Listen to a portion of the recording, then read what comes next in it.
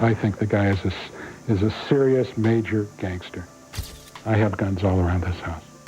You know, this art form isn't worth me and my family getting killed. Jerry Heller truly believed he had everything under control, but he didn't realize he was stepping into a world completely different from the one he knew. He moved like business contracts and sharp suits could calm the streets, but he wasn't ready for the kind of influence Suge Knight and Eazy-E carried. And he said, I bet if something had happened, the Mexicans would have been down, you know. In the music industry, Heller was a big name, no question. But when it came to the streets, Suge and Eazy operated on a whole different level. Depending on who you talk to, they weren't just label bosses. Some people insist they moved with power far beyond that. By the time Heller understood the environment he had walked into, it was too late. The paperwork didn't matter anymore. The danger did. Well, who was the real gangster out of all that? Out of NWA? Yeah. Easy. To see how everything began, you have to go back to the late 80s when Dr. Dre and Eazy-E came together to form NWA. The crew was already buzzing across Compton, but they needed someone who could handle the business side while they focused on the music. Eazy-E, who had already built real money through the street hustle, decided to take a big step. He had a connection with Alonzo Williams, the man running Eve After Dark, a spot Eazy had been hanging around for years. Before NWA even existed, Dre had been a DJ in Alonzo's group, World Class Wrecking Crew. I have guns all around this house. You know, this art form isn't worth me and my family getting killed over. I think the guy is a serious major gangster. That crew was under the management of Jerry Heller, and things were going smooth for them at the time. Since Heller was guiding Dre already, Eazy made his move. He used his link to Alonzo to set up a meeting, and once the details lined up, Heller officially joined the picture. That decision shifted everything. Ruthless Records got stronger overnight, but it also opened the door to problems nobody was ready for. As soon as Heller started managing NWA, cracks began to show. The first one to step forward was Arabian Prince. He felt something wasn't right, that the money wasn't coming in the way it should. When he brought it up, no one paid attention. After dealing with the situation long enough, he walked away and never turned back. And from that moment on, the drama only grew bigger. Guys that traditionally don't go to the police. Police aren't exactly their friends, or we wouldn't have written songs like The rest of the crew kept grinding, dropping hits, selling out venues, and riding the wave of success. But Ice Cube started peeping the same red flags Arabian Prince had noticed. The cash coming in didn't match the impact they were making, and the numbers on paper didn't make sense to him at all. Then came the moment that changed everything. Heller laid out a contract and slid each member a check for $75,000. Most of the group took the deal without hesitation, but not Ice Cube. He understood his value. He's the X factor. He's the one who took it over the top and made it where it was a situation where I had to leave, you know. So when you leave, do you step? And that amount wasn't close to what he deserved. So he made the boldest move in the crew's history and walked away with his pride untouched, leaving NWA behind while the world watched. When Ice Cube stepped out, a lot of the crew still didn't understand what was happening behind the scenes. Dre especially thought he was doing all right. He had signed a deal for $100,000 to deliver 5 albums, which meant he was really getting just $20,000 per album. At that moment, it sounded fair enough to him. Reality hit hard once Straight Outta Compton dropped. The album moved 3 million copies in just a few months, yet Dre's pockets stayed the same. With the influence he carried, he knew something was off, and it was time to start speaking up. Right. And the guy had, he had a tragic, it was an accident. So I said, well, look, one thing you can count on that, you write songs. Right. You done wrote X amount of songs for Eazy, you done wrote X amount of songs for NWA. That's worth a lot of money to you. Right. And he brought his concerns to Eazy-E and Heller, but they brushed them off like nothing serious was going on. Dre wasn't the type to stay quiet when something felt wrong. He kept pushing, asking questions little by little, but the answers never came. The tension kept rising until the perfect window to make a change finally appeared. Then came the DOC, the writer behind some of NWA's strongest material and an artist with his own promising solo run. Everything was lining up for him until just 5 months after dropping his debut album, everything took a sudden turn. Disaster hit hard. The DOC was in a brutal accident that almost took his life, and even though he pulled through, his voice was destroyed. That meant his rap career was basically done. After everything he survived, the energy between him and the rest of the crew shifted. His contract turned into a major problem, locking him into a deal that offered him nothing and gave him no way out. Right. Dre said, well, look, I'm not really from Compton. Everybody usually against me. He said, I'm over here, Ruthless, and I got this deal that for a bonus, if I do 2 records, I'll probably get. That's got to be crazy. What your contract says? He said, I never seen a contract. Right. I signed something, I've never seen it. I said, we got to get your contracts.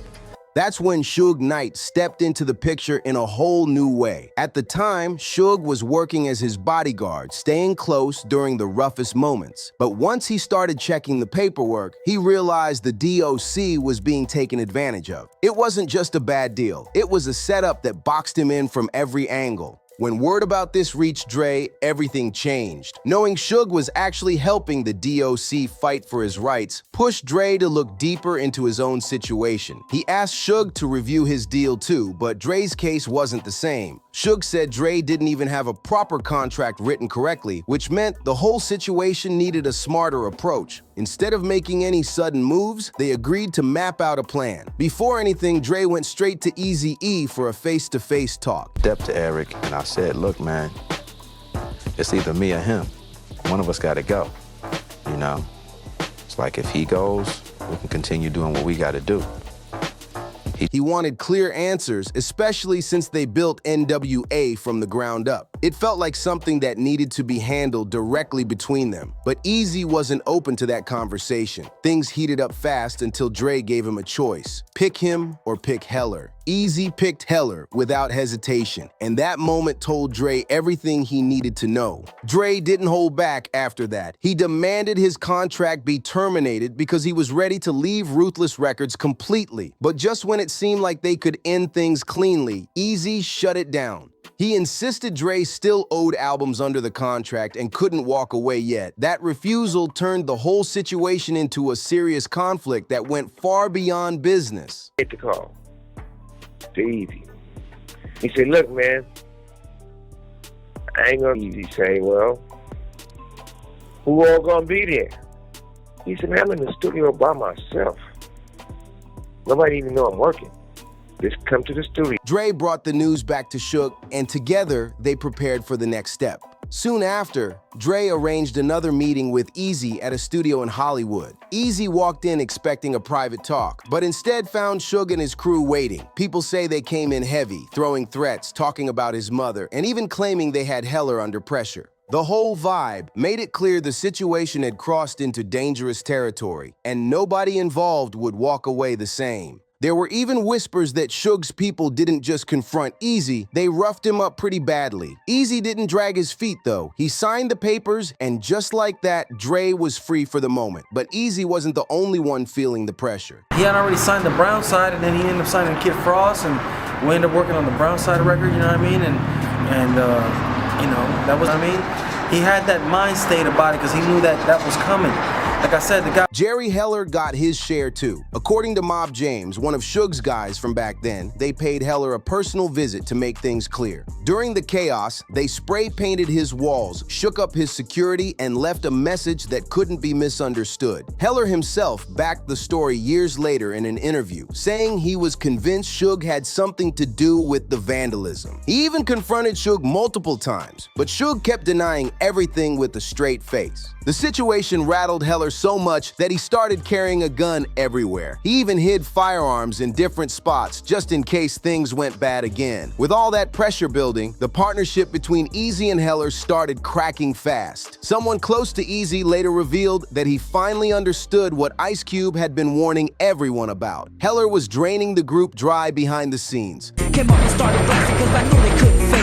Things got so tense that rumors started spreading that Eazy had fired Heller. The exact details were messy and unclear, But one thing stood out. Heller had no idea how far Eazy's connections really reached. Eazy's ties to the Mexican community went much deeper than the public knew. Even before he started working with Latino artists and signing Chicano rap groups, he already rolled with Mexican homies in his inner circle. One of his closest friends was Damon Trujillo, better known as Crazy D. If you look closely at the cover of NWA and the Posse, the first album connected to the group, you'll spot something that confused fans for years. Since NWA meant ninjas with attitude, people kept asking why one person in the photo didn't seem to fit the name. And I'm straight. Some even assumed the picture was edited. But there was no Photoshop, no trick. Crazy D was really there, and he wasn't just posing for the picture. Back then, he was more involved with NWA than some of the members who later became part of the core lineup. Even MC Ren, who eventually became a key figure, only got into the photo by luck that day. Crazy D was active, present, and genuinely part of the movement during those early moments. He played a real role in shaping their early sound. Crazy D was even credited on NWA's very first single, Panic Zone, proving that Eazy's connection with the Mexican community wasn't some temporary move. It was part of the foundation from day one, and Eazy's bond with Latino culture didn't stop there. Years later, he leveled things up by signing Brownside. We got to Ruthless when the Death Row Ruthless beef was cracking. So they thought they were gonna overpower my boy because my boy was by himself. But you know Destiny's a mother. Destiny took Toker and the Brownside clique to Ruthless. A Chicano rap group led by the late Toker, along with another pioneering Mexican rapper, Kid Frost. At that time, Latino rap wasn't taken seriously in the mainstream. Most labels looked past it, but Eazy saw what others ignored. He recognized talent before trends existed. He understood the Chicano rap wave was about to grow into something major. That's how far ahead of the curve he moved. Brownside especially brought something completely different.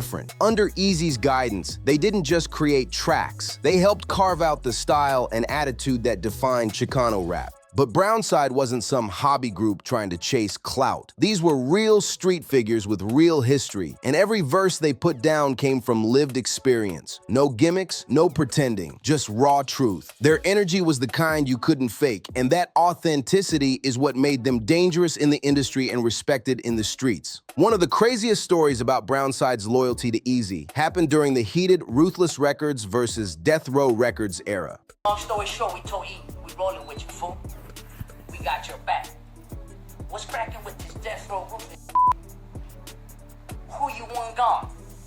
Cause we ain't around. According to Toker, Brownside played a major part in keeping Eazy protected when things were getting serious. Toker said he and his crew happened to pull up to Ruthless Records right when Suge's people thought they had Eazy cornered. It almost felt like fate placed them there at the right time. Death Row's crew assumed Eazy was isolated and vulnerable, but they had it all wrong. Brownside was already inside the building, standing with him, ready to step in if things jumped off. Toker even told Eazy directly, "We got you." At one point, they sat down for a real conversation, and Toker didn't hold back. He told Eazy straight up, "If there's anyone you need gone, just say the word." Eazy stayed calm, brushing it off, saying, "It's not even like that, man." Toker wasn't convinced. He pushed back, saying, "Nah, it's exactly like that." That moment showed how serious things were around Eazy and how real his connections ran, especially with the people who stood beside him when the tension hit its peak. Toker made sure Eazy understood exactly how deep the loyalty ran. If anything ever needed to be handled, they had young homies ready to move, no hesitation, and these weren't empty threats. Toker said some of the kids were just 15 or 16, already committed enough to take on serious tasks, knowing they'd only face a few years before being released in their early 20s. Wherever Eazy went, Brownside followed. Business meetings, fancy restaurants, industry events. It didn't matter. His people were always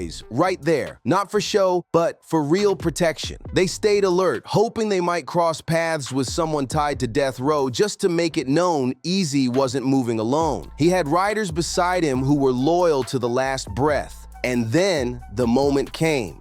Back in that time, it was more unity. Right. You feel what I'm saying? Like, and everybody knows you can go to a lot of Kelly Parks and pull up their sleeve and you're gonna see neighborhood on them. Mm-hmm. You feel what I'm saying? Mm-hmm. Toker recalled Eazy chilling at a cheesecake factory when a group of 7 or 8 guys approached, saying they were with Death Row. They circled him, trying to test him, probably thinking they had caught him slipping. But here's the thing, before the fame, before the money, before Ruthless Records, Eazy-E wasn't some polished star. He was a kid from Compton, shaped by a world where danger was an everyday reality. Before the music crowned him a pioneer, he was navigating the unpredictable, often violent grind of street life. Back in the mid-'80s, Eazy was moving with the Kelly Park Compton Crips. Whether he was officially jumped into the set or simply affiliated depends on who you talk to. But either way, his name carried weight in those circles. And once you were tied to that world, even loosely, you were in the mix whether you wanted to be or not. The Kelly Park Compton Crips, originally known as the Kelly Park Hustler Crips, controlled the east side of Compton from Alondra to Greenleaf Boulevard. They weren't just a neighborhood unit, they were a force in the city's gang politics. They sat between the Atlantic Drive Crips and the neighborhood Compton Crips, two heavy groups constantly shifting alliances. At one time, things were unified. Money was flowing fast, and with it came greed, tension, and violence. Old bonds cracked, trust faded, and the same blocks that once felt tight turned into battlegrounds. By the mid-'90s, Kelly Park was deep in a serious turf battle. Eazy witnessed all of that up close. Even while building Ruthless Records into a powerhouse, his ties to Kelly Park never completely faded. He wasn't someone who rapped about the streets from a distance. He lived it, breathed it, and survived it. That authenticity is what made him different. That's what made him untouchable in the eyes of many. Though both Eazy-E and Jerry Heller are gone now, Eazy didn't leave this world without drawing a line and making his stance clear with Heller. And Suge, even though he's serving time today, remains a name tied to real street reputation and impact.